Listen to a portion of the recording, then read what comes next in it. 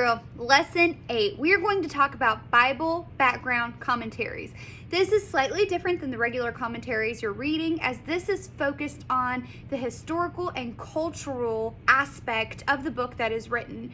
These are specific to the Testaments, so you'll use an Old Testament for the Old Testament and a New Testament for the New Testament. Pretty self-explanatory, right? Well, let's go ahead and dive in. I'm going to show you where you can find these resources and how to use them once you have them in your hands. Let's take a look. Okay guys, now I'm going to show you the Bible Background Commentary. This one is specific to the New Testament.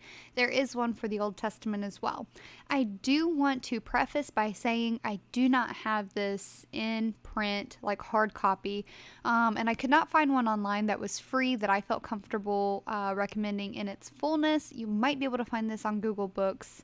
I'm just not sure. So what I've done is went ahead and got on my Logos Bible software again. And again, I cannot recommend this enough. But this is one of those things that I just want to show you. The difference in a Bible background commentary and a typical standard commentary is that this gives you insight into the background and culture of the time when this was written to that audience. So here we've gone to the parable of the prodigal son, and here it's just called the lost son. This is Luke 15, and we start in verse 11, and it's telling you to ask one's father for one share of their inheritance early was an unheard of in antiquity, and in fact, one would thereby be saying, "Father, I wish you were already dead." So that gives us insight into what that says. Then in verse 13, it says Jewish law did permit a father to determine which assets would go to which son before he died. So that gives us insight into the Jewish law, which helps that story make a little bit more sense. And as you continue, you can just see that each verse, it's giving more and more information so that we better understand the culture of what's happening. Here you can see in 25 through 28, dancing was used in both religious and non-religious celebrations.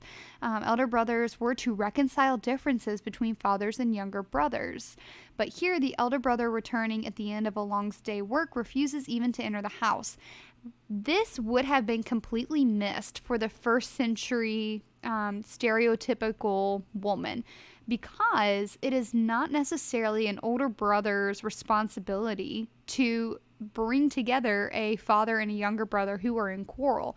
And so we would have missed this first century cultural standard. But whenever we have things like this Bible background commentary, it gives us insight into that. Hopefully this helped you guys a little bit.